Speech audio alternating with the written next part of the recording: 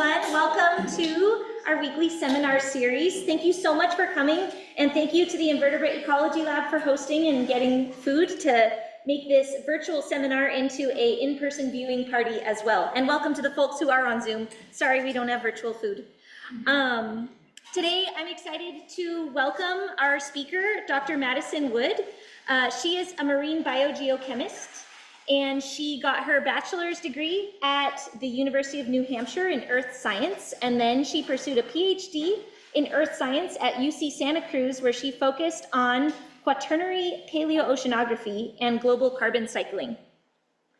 Currently, she is a 2025 Knaus Fellow, working jointly with NOAA and the Department of Energy to coordinate interagency marine carbon dioxide removal policy, which is a really cool forefront to be at, and things that Moss Landing has had a history in as well, with exploring the relationships of phytoplankton and algae blooms sequestering carbon into the ocean. Today, though, we're going to hear about another aspect of what Dr. Wood has focused on. So during her PhD, she led a workforce development project that was aimed at helping students and early career geoscientists navigate the non-academic workforce.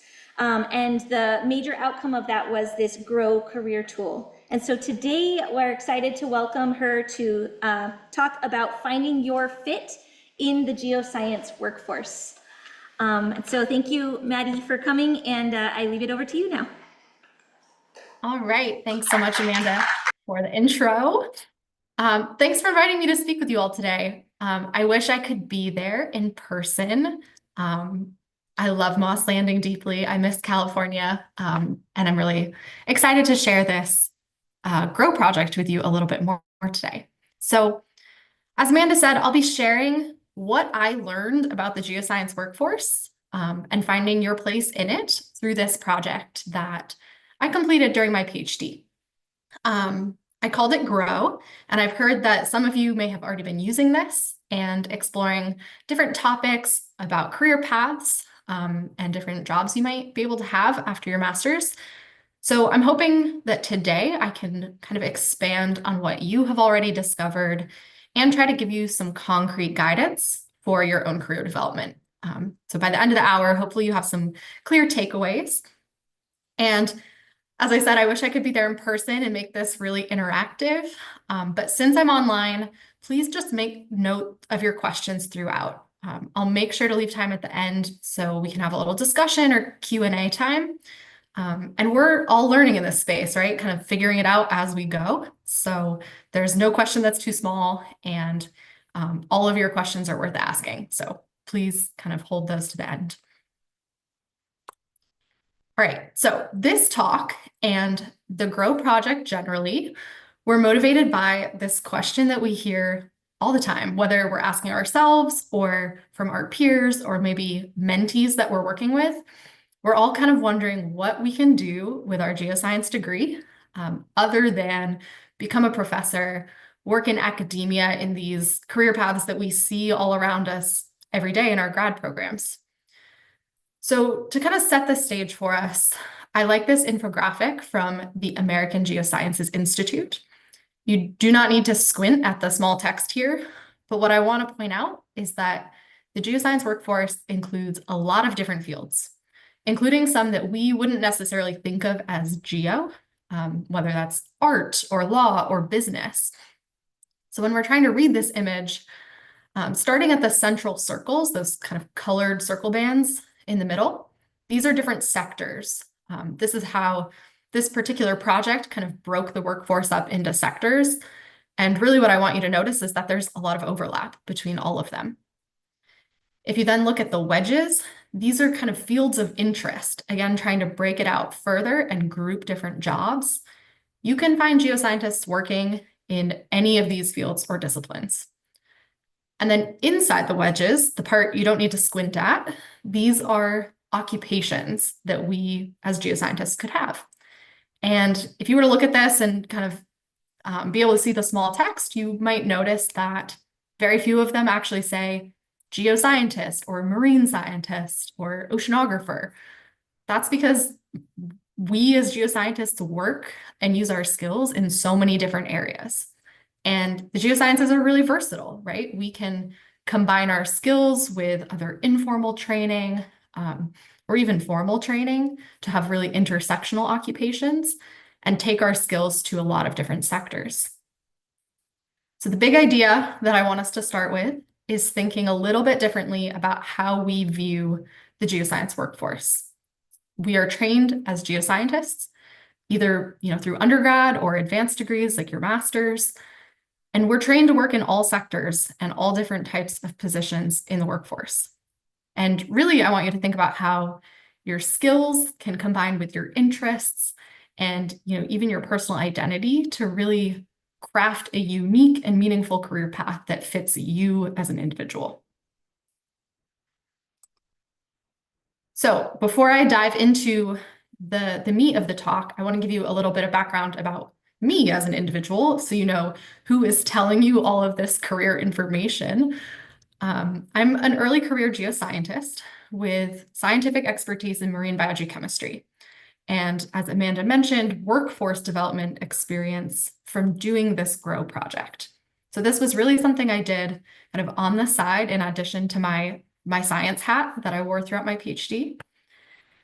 And zooming back to how I even got to this point, I actually started out in engineering as an undergrad, and I did 2 years of chemical engineering before figuring out that earth science was even a thing, that was an option. So I switched junior year and got involved in research, discovered I loved geochemistry and paleoceanography, and just kind of dove into those subjects, and then hopped right into a PhD program at UCSC after undergrad.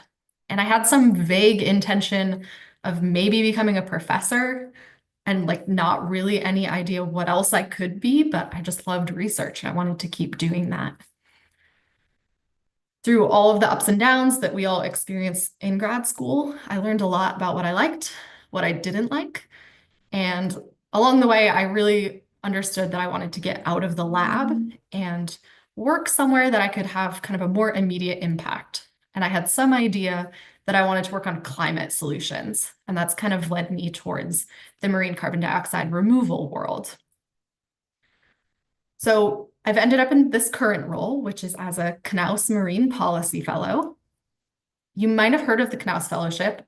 This is funded through Sea Grant, and the fellowship places grad students who are interested in ocean, coastal, and Great Lakes national policy into the government in the legislative and executive branches for 1 year of work experience, really helping you move from your kind of science world into the policy world.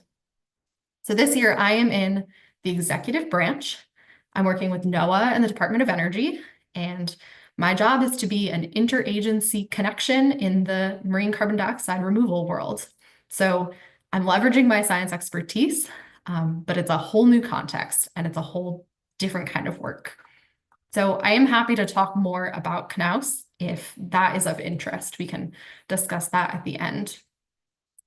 This is also where I emphasize that I am here speaking to you today in my own personal capacity. So I am not here as a representative of NOAA or DOE or Sea Grant. All views expressed are my own. All right, and while I'm sharing background, I'll give you just a little snippet of the GROW project and how this came to be. As I said, this was something I did during my PhD at UCSC, and it was funded by an NSF intern grant, which is supplemental funding where grad students can get 6 months of support as an addition to active NSF grants. And the point of the intern funding is really to provide some complementary non-academic training for grad students.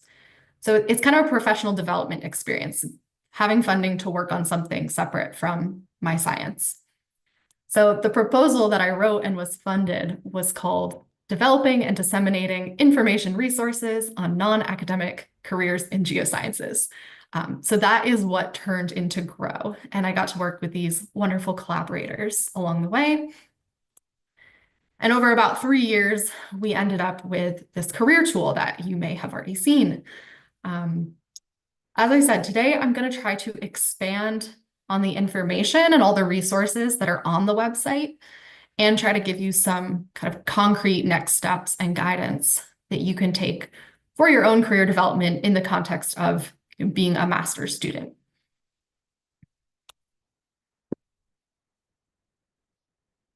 All right, quick water break. This is a brief kind of outline of the talk where I want to touch today. These are the three big questions I'm hoping we can kind of address by the end of the seminar. The first is that very big question about what can I even do with my geoscience degree? And then I also want to get into a little bit of how you find a job that's a good fit for you in that really wide landscape of options. And then, of course, the final point here is that kind of all important question about how you actually go get the job that you figure out you want. And I've translated those questions into three kind of takeaways or three things that I hope you leave the seminar feeling a little bit better equipped to do. The first is just understand the workforce and how it is dynamic. The second is some kind of concrete next steps for finding that fit through some reflection and your own research.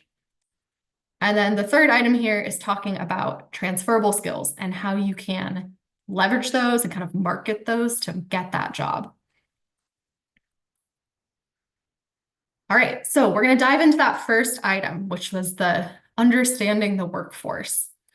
And I'm starting with some numbers for those of you who really like to see the workforce data.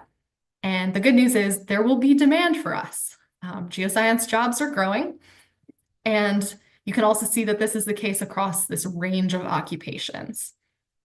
And this is the part I really actually want to highlight from this data is the range of occupations that they consider when they are compiling this data on the geoscience workforce. So when we talk about geoscience, we're really talking about a broad category that includes ocean science, soil science, water science, even social science, and a lot of other fields. And then the way that geoscience is classified for these data purposes with the Bureau of Labor Statistics is even distinct from how they do environmental science, atmospheric science, and hydrology, for example. So we all know there's a lot of overlap there, but these all get their own projections. So the point I want to make is that no matter how you try to divide the geoscience workforce into different categories or buckets, there's always overlap. There's always going to be a really wide range of occupations that we can put into those buckets. And just to reinforce that point, here's one more workforce data figure that is showing job growth across different industries. And again, you can just see a really broad range of the industries that are considered part of the geoscience workforce. And so, some of these are mining and oil and gas and things that have traditionally been considered part of it. But then we have finance and insurance, real estate, and then, the whole host of education industries as well. So we're talking about a really wide spectrum. So for the GROW project and for this talk, I'm going to use a framework where I break the workforce into these 6 buckets or sectors. The thing is, I want you to imagine that the entire workforce landscape is kind of like a braided river, and these buckets are overlapping. Sometimes they run into each other. As time passes, they might merge or split. And then, like the characteristics of these channels change. Sometimes they're deeper than other times. So this is what I mean when I say the geoscience workforce is dynamic. It's really useful to think in categories, but different jobs are going to belong to multiple streams. And then the characteristics of those sectors will change over time. We're also going to try to focus on job function over job title. So the job function is thinking about what you would actually do in the job. And from my perspective, often job titles don't tell me that much about the actual role. And I found that titles vary a lot between sectors, right? Like the label we stick on a job might not be all that useful. So we're going to kind of go through this workforce overview, and I'm going to break it down by job functions within sectors, and then give you examples of job titles that might align with those functions. And as we're going through, if you notice a type of job that resonates, see where that shows up, because it might be in government, but also in nonprofit and also in education. And then you can go back and look at those more specific job title examples. And those can even become keyword searches if you're actually looking for jobs. The other thing I'll say is that I'm going to show you slides that have a lot of words on them when I show you these job title examples. My intent is not for you to read and digest them all, but to kind of give you this broad overview as comprehensively as I can, and then a bunch of examples that might spark an idea or might resonate. And then I will share these slides so you guys can all refer back to them, disseminate them amongst yourselves, and go back to sections that might be of interest. Okay, so with that, we're going to start with government and kind of crank our way through these 6 buckets. When we're talking about government jobs, these could be at the federal level, the state level, or local or tribal governments. And these are kind of the job functions I've identified as being, relevant to geoscientists and where we might align our skills with particular functions. The first is carrying out research.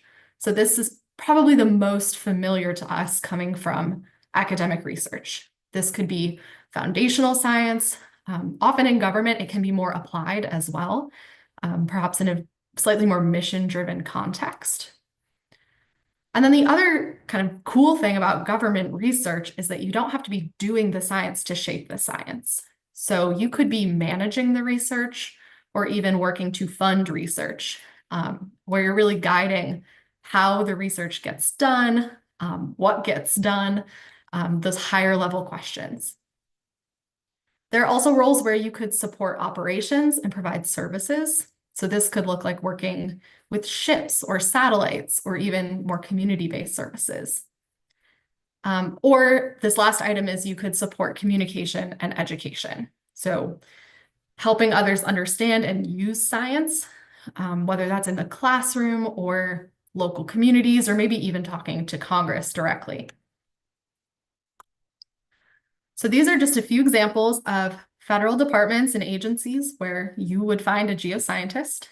This is just a sampling, and some might look familiar, some might not, but there are many, many, many options, even if it's not directly geoscience or directly ocean science. And this is also true at the state and more local levels too. Or if you're a member of a tribal nation, there are tribal agencies where geoscientists work. This is something I think about if you're maybe interested in living in a particular place, you can think about local agencies or state agencies and maybe cast a wide net that way if you have particular geographic focus. All right, so now I'm just gonna, as I said, give you these job title examples for each of those job functions. The first being the carry out research function. And these titles probably look really familiar. Again, they're the more intuitive, but sometimes also really broad, like physical scientist, physical science technician. It doesn't necessarily tell you what research area you would be working in, but these tend to be really broad titles that government scientists could then work under on particular projects or particular subject matter. I popped this in here just to show you an example of, just as we have universities and colleges all across the US, we also have lots of government labs where science is being carried out. So this is just the example from USGS with their science centers and their laboratories. And I also pulled the Department of Energy National Labs map. So really quick snapshot from just 2 agencies. So you can think of this as kind of a parallel to what we do in academia, but it's in the government sector. All right, and then moving on, you're still in the government sector. You want to be involved in research, but maybe at a slightly higher level. You don't want to be the one actually doing the science. You might be interested in managing, funding, or shaping research. And it turns out this is actually called science policy, which was something I learned like in the last year of my life, and is how I ended up in the CNAS fellowship. So this is really thinking at kind of a higher level about what science gets done, how it's funded, how it's managed. And these job titles tend to be really broad. Things like program manager, program officer, grants manager. And of course, these are applied to specific programs or specific labs that have a focus. But again, just like examples of how the job title might not be all that detailed in terms of what the function is. And I also want to flag these fellowship opportunities because this is really kind of the jump from your academic science background into the policy world. It can be kind of a tricky translation to make. And so there are fellowship opportunities that are designed to help us bridge that gap. So just adding that since that has been relevant to my own journey. That third functionality I mentioned is the delivery of services or support operations. And so this is kind of a whole gamut of job titles from climate modeling to GIS specialist or folks who are working shipboard, either for ship operations or supporting scientific work that's being done at sea. So again, you can see that this spans a lot of different topics and functionalities, but under this big umbrella of really being kind of on the ground support. And finally, communications and education, incredibly important in every lab and program in the government, right? So this could be education and outreach combined, people who are education program specialists, even stakeholder engagement or folks who are liaising with communities and doing community-based science could all fall into the comms and education bucket. So that's government. And just as a reminder, as we're going through each of these sections, I know it's a little bit of a fire hose, but just think about these job functions. And if there's something that is resonating, you can go back and look through these titles. Okay, next up, we'll do industry. When I say industry, I mean for-profit companies. And that is really many industries, right? You can also do research in industry. The difference here is that it's going to have commercial goals, right? More of a profit-driven slant. The research and development can turn into products, and you could work in sales of products or services. And then there's the whole slice of providing technical support or data analysis. And a final slice here that is the high level supporting strategy, maybe supporting policy or working in policy, or different compliance offices. So again, industry, I mean many industries, which could be anything from climate tech, which is really emerging and growing, to the more traditional, mining, oil and gas that we all are kind of aware of already. I always like to point out, like finance and insurance or instrumentation and some of these industries we don't always directly go to.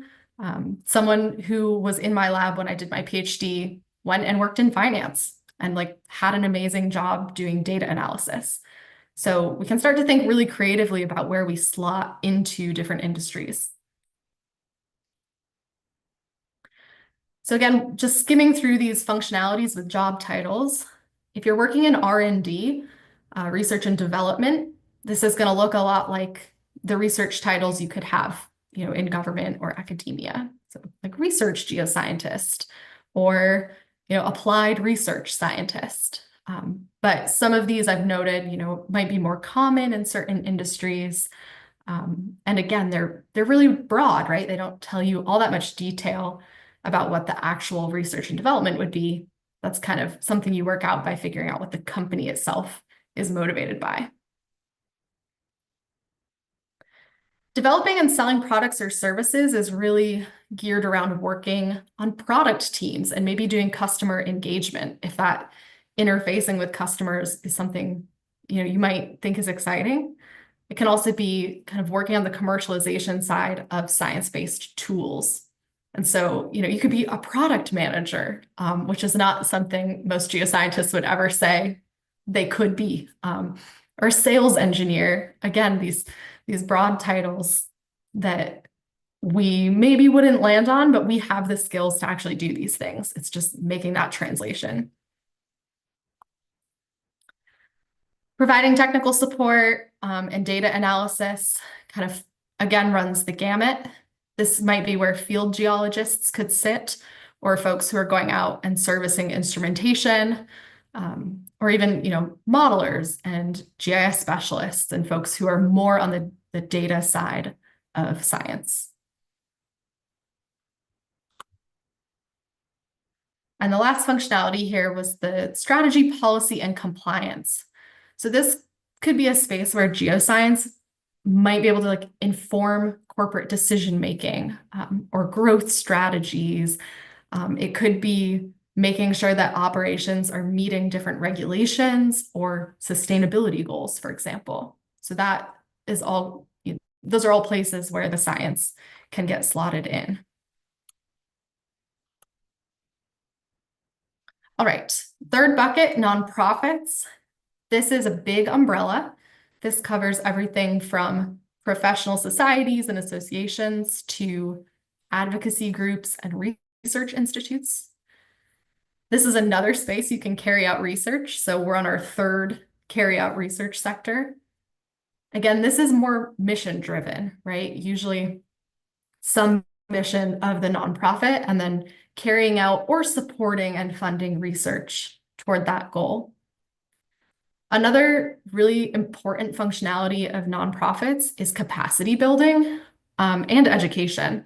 And capacity building essentially means helping people, whether that's communities or organizations, get tools and skills and the support they need to do work themselves, right? Or support themselves. So maybe that is training local governments in how to use risk assessment maps or creating toolkits to help communities, use earth science data in some way. That would all be capacity building.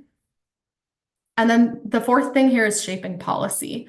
And that is also an important part of nonprofits and how they can interface with the government sector. All right, this is just a snapshot of kind of big geoscience themed nonprofit organizations. You might be familiar with most of these, but I do also want to point out that there are many, many smaller or very narrowly focused nonprofits in particular areas of geoscience. So just as one example, in carbon dioxide removal, there's this nice little host of nonprofits that work in this space specifically. So if you're interested in nonprofit, you can consider those really targeted subject areas and then start figuring out who maybe the newer nonprofits are or these smaller groups that aren't necessarily these big names that we hear a lot.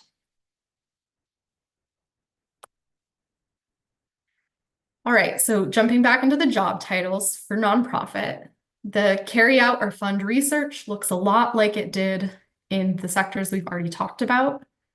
As I said, this is really advancing science to try to inform policy or conservation or maybe community resilience. So these big missions. And it might look like supporting other organizations or communities through funding and technical assistance. The capacity building and education is really helping communities, maybe helping students or decision makers understand the science and then use the science and apply it. This is generally what I would consider direct on the ground kind of nonprofit work. And again, we see these titles that span everything from community science coordinator down to, education program manager. So there's many flavors within this bucket. And last up, the shaping policy. This again looks a lot like some of the government or industry policy related roles. But you could be managing programs, you could be analyzing policy, making recommendations, perhaps even working on campaigns and touching policy in that way. So this is really, as an umbrella, trying to use geoscience expertise to shape environmental policy and perhaps move forward advocacy campaigns. All right, I'm going to take a breath. We're halfway through our 6 buckets. And we're now going to shift to the education, policy, and communications. And you're going to notice that there's a lot of overlap in both the functions and the job titles. So there is lots of education, policy, and communications in government, industry, and nonprofit. So we've already touched on that. And so for these sections, I'm going to try to focus on the types of places that you would find related jobs and then what those roles would typically look like. So for education, we are talking about non-tenure track. So, not necessarily being a professor, but perhaps working in education in a staff role or just outside of the university setting. So we do consider, jobs at universities. We're also thinking about museums and aquariums and really cool places like that would be amazing to work. Professional societies again, and then, K-12 education as well. On the university and research side, this typically looks like roles that support student learning or are doing outreach or working on broader impacts within academia. So this could sit within a department, or it could be more of a university-wide student support program. It's important to note sometimes these are associated with a particular grant. So maybe there's like a 3-year grant that supports a role to work on a particular outreach project. It's good to pay attention to that because that's more of a soft money position and would have a time limit. So just flagging that that's a thing, but there are also staff positions kind of in all of these different titles as well. On the museums and aquarium side, this is really bringing geoscience to the public. It's kind of informal education through programming and exhibits. And you can see, a whole range from working with teachers, working directly with educators, to being in a museum at an exhibit and communicating science in that setting. For professional societies, these are things like AGU or GSA, AAAS, big organizations that we're generally familiar with from kind of our academic or conference perspectives. But these professional societies build programs to support students and teachers and really build geoscience literacy. And so it's kind of more of a program management angle, and a lot of roles that might be related to building or running education programs. And then finally, K-12 education. This is supporting science education, both in and beyond classrooms. So it's, roles like classroom teacher, we all know, up to things like STEM enrichment program coordinators or, field summer camp coordinators and things like that. All right, moving on to policy. This is kind of a fun topic for me to share because when I was presenting this a year ago, I didn't really know what policy was, and now I know a lot about policy. So it turns out policy work is any role that helps shape, fund, or implement decisions at this high systems level.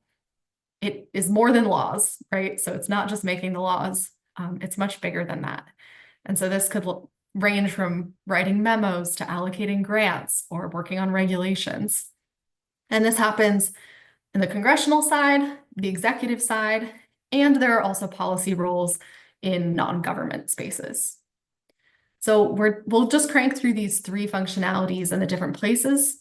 The first is the support and creation of laws and really oversight of the agencies. The second is implementing those laws. leading national programs that are related to science. And then the third here is influencing policy through research, coalition building, technical input, or advocacy. All right, so on the congressional side, again, this is supporting creation of laws. The roles are often pretty writing heavy. You're thinking about legislative policy. So maybe you would be a legislative assistant or a policy advisor or working in constituent services. And again, I popped up these fellowship opportunities, which are CNOUS, GSA, AGU, and AAAS. These are all really great opportunities to try this out and kind of figure out what the heck it means to work in legislative policy. So I'm going to plug that again. On the executive side, this is implementing laws and leading programs to do science. So this can happen, it happens mostly at federal and state agencies, but you would also find roles in the White House and like very high level policy positions. And then on the non-government side, we've kind of touched on nonprofits already, but these are roles where you're trying to influence policy by doing research, building coalitions, giving technical input or advocacy. And so this might happen in think tanks or at NGOs or these professional organizations. All right, I think we've made it to the end here. Communications.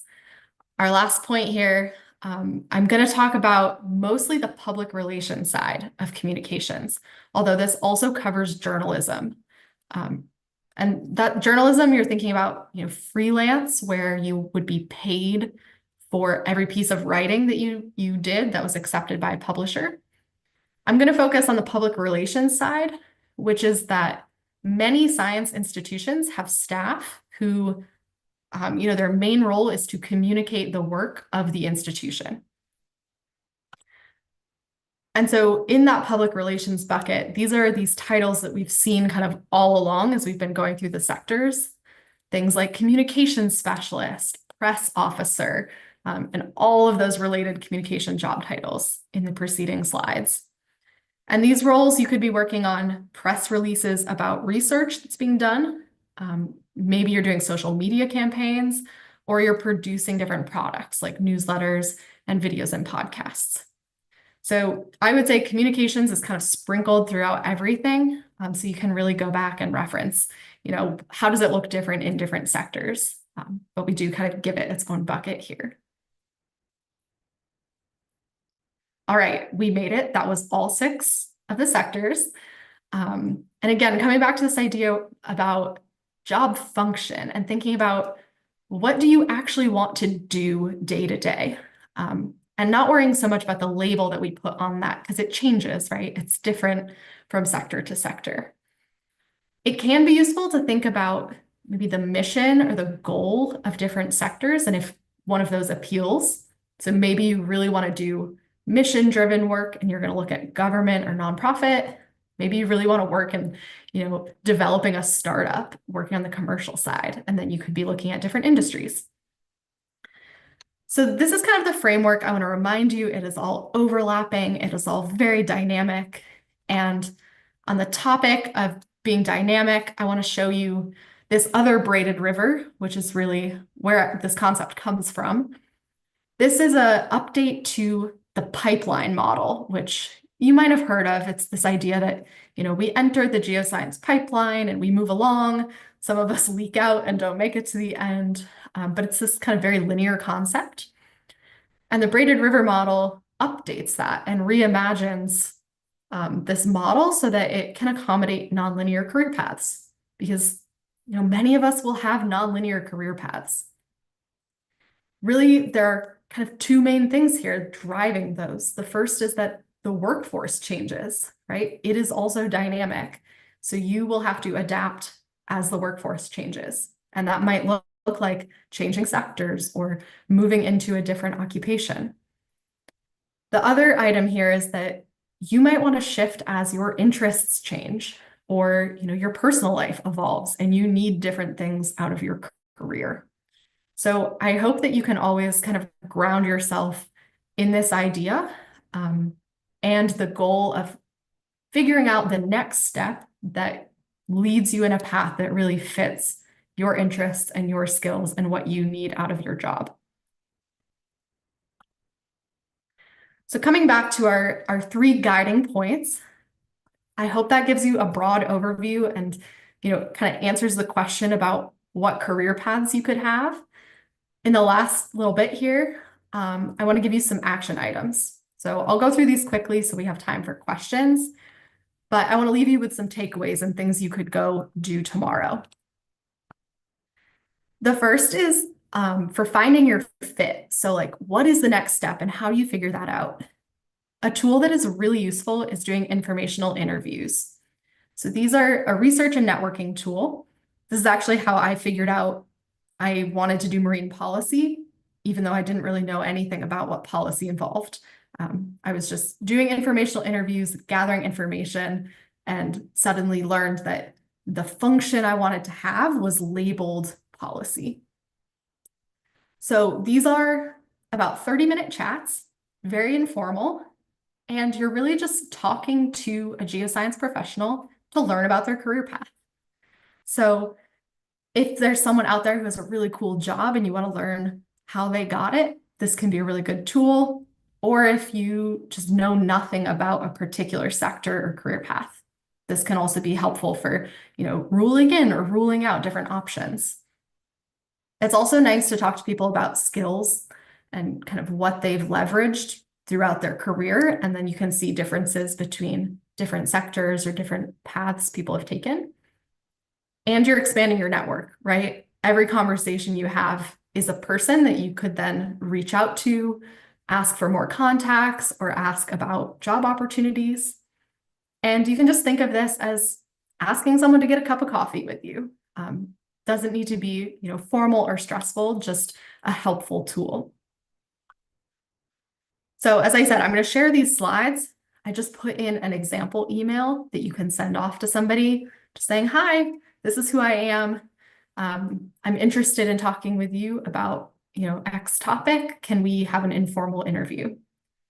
And then before you sit down for that interview, just do a little homework. Look at their CV, look at LinkedIn, just getting broad strokes of what they've done in their past, and then prepare some questions. So figure out what it is you want to learn from them, and then come with some questions prepared. The final thing here, just good manners to send that follow-up email and say thank you. The follow-up email is also an opportunity to ask for other contacts. So if they mention someone in your chat and you want to go talk to that person, you can ask for contact information or maybe an introductory email. Or if nothing came up in the talk, you can just say, who else do you recommend I reach out to? All right, and some example questions. This is kind of what I pull from when I start doing these, and you'll tailor them and come up with specific ones for different people, but this will give you a starting point. Okay, and then the other thing I wanted to mention on finding your fit is taking some time to think about your past experiences and figure out what you like and what you don't like, which sounds, really basic and maybe intuitive, but you can do a little exercise where you go through different activities and what you had to do for those, and then what you liked and what you didn't like. So it can be as basic as like, I had to go do field work in the slough. I didn't really like doing the field work, but I liked collecting the samples because then I could analyze them. And then if you do this for enough activities, you start to see patterns and you can kind of pull some threads about what it is that you like. This is something I'm doing in my fellowship. I'll just share, like, every week I write down things I liked and didn't like, just so that I kind of have that record and can look back, because, it all blurs together at some time. Okay, and the last minute here, I'll just hit on the transferable skills item, because this is really the how do you then go get that job you decided you want? How do you align your master's degree with a job description? And really the currency is your transferable skills. So you can think through all of the skills you've developed through all of the different activities that you have done. And with that brainstorm, you'll then have a really nice pool of skills. So when you read a job description, you can look and align those and craft a good, compelling story for why you would bring value to that job. So you can do this if you just kind of expand the activity that I shared before, add a column and list out all the transferable skills for those different activities. And they add up fast, and it's kind of a nice exercise, and you'll realize how qualified you are to take on a range of different jobs, right? Even if it's not something that sounds like a geoscience job. Okay, so we're going to wrap up, just return to these 3 questions. I hope that you feel like you have a better idea of the first question and kind of what that landscape looks like. And for the second 2, some tools to start figuring out, what you might like to do, and then the skills you have that would align with those jobs. So with 10 minutes left, I'm going to stop talking at you and hopefully get some questions. But I also just want to invite you to connect with me. I put my LinkedIn up here. I am super happy to kind of serve as a connection point in your network as you're looking for folks to talk to. So go through my contacts. If there's someone you want to connect with, you're welcome to shoot me a message. And with that, what questions do you have?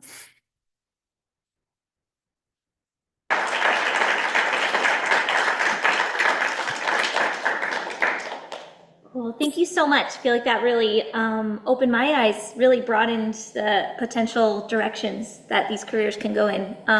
Let's start with any questions from our live in the room audience. And you can just raise your hands and then talk at the owl. Yeah, Olivia. Sure. Thank you very much for your talk. I was really interested in what you had to say about transferable skills. I feel like that's something I even forget on my resume at times. I was wondering, what are some skills or transferable skills that you've developed by working in policy that are different from your regular scientific background skills? Yeah, thanks for that question. That is a great question. I wish I could give you a whole other talk on transferable skills, because we could just go so in depth on that. But I'll just kind of reel off a handful from the policy context. One that's really coming up is like meeting facilitation, and the number of large groups that I sit in as a facilitator and like have to lead a task force, have to get things done with really diverse groups of people. So, literally, how do you facilitate meetings? How do you create agendas? How do you coordinate large groups of people around efforts? That is like such a general skill, right? You could take that into the corporate world. It's obviously applicable in government, kind of across the board. So thinking at that high level, I'm much better prepared to be kind of a team member in that sense. Other transferable skills are understanding how the grants process works. Like who is paying and how does money get moved? How do you then follow that money through and support PIs on the other end? That is useful no matter what sector I end up in. I might be applying for grants. I might be trying to help a nonprofit get grants or give grants. So just understanding that whole grant process is a transferable skill. Yeah, I'll stop there, but I think it's great. Any experience you have that really pushes you outside your comfort zone, you will just be on a steep learning curve, collecting those skills right and left. Thank you. Any questions? Feel free to write questions in the chat, those who are participating virtually, and maybe in the meantime, I'll ask a question kind of related to that. I think sometimes it's easy to think that transferable skills have to be related to your immediate job function, and you bringing up the one about coordinating meetings is one where it's like, I guess, are things that aren't necessarily your science training, are there things from, say, outreach or leadership opportunities or involvement, like we have our open house coming up, are those types of transferable skills that you've seen or have considered for some of the job postings and career paths? Yes, yeah. So mentioning, like outreach and communications, we all do that from a scientific lens. It looks different depending on where you are. So, as a PhD student, I spent a lot of time writing science papers, writing reviews, giving conference talks. What I do now is pretty different. I'm writing one-pagers, distilling the whole world of marine carbon dioxide removal into a page, right? Like that is a very different task. But if you have the scientific background, you can understand like the relevant information, how to create metaphors, how to distill those technical details into something, like a one-liner or a sound bite. Talking points is something I think a lot about now, which, is like if you take a scientific paper, what's the one talking point or the punchline of that paper?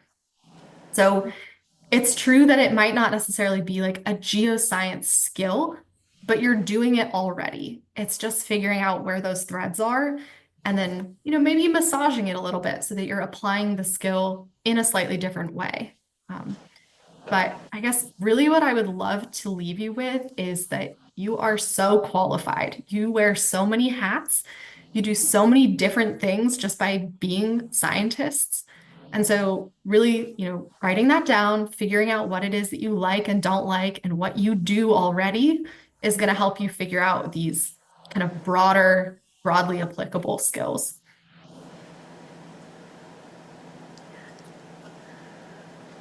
That's fantastic. Yeah. Any other questions? Okay, well, thank you so much, Dr. Wood, for talking to us today, and for being willing to be a connection in the future for folks. I think that's really generous and really great. We forgot to mention you have a fellow Knaus fellow who's from Moss Landing Marine Labs. I know, Roxanne, woo! Oh, yeah. So yeah, we are aware and very proud of Knaus connections, and yeah, it's really great that you and Roxanne could be resources for other people potentially interested in exploring that. So with that, with no more questions, I think we'll wrap up, but let's give a round of applause one more time to thank our speakers.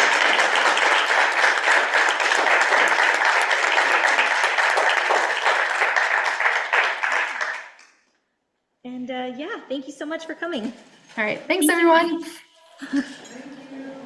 Thank you, Maddie. That was really great. Next time Yeah, you're my in the pleasure. area, please come to come to Moss Landing. Yeah, I would love